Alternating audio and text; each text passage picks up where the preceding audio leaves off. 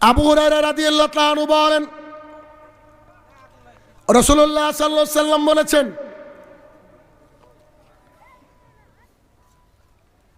কোন মানুষ যদি এক জুম্মা থেকে আর এক জুম্মা পর্যন্ত দৈনিক 5 ওয়াক্ত সালাত আদায় করে, এক রমাদান থেকে আর এক রমাদান পর্যন্ত ইবাদতে মশগুল থাকে, আল্লাহ সুবহানাহু ওয়া তাআলা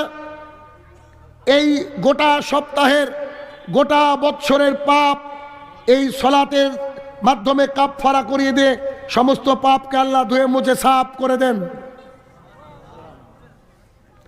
আনাস রাদিয়াল্লাহু তাআলা আনহু বলেন, রাসূলুল্লাহ সাল্লাল্লাহু আলাইহি ওয়াসাল্লাম বলেছেন, আল্লাহ সুবহানাহু ওয়া তাআলা বলেন, ও আমার বান্দারা শোনো, তোমরা যদি দৈনিক 5 ওয়াক্ত সালাত আদায় করো, আমি আল্লাহ তাআলা প্রতিদিন 50 ওয়াক্তের নেকি তোমাদের অ্যাকাউন্টের মধ্যে আমি ভরে দেব। আল্লাহ তাআলা প্রতিদিন আমাদেরকে 50 ওয়াক্তের নেকি দেওয়ার জন্য প্রস্তুত।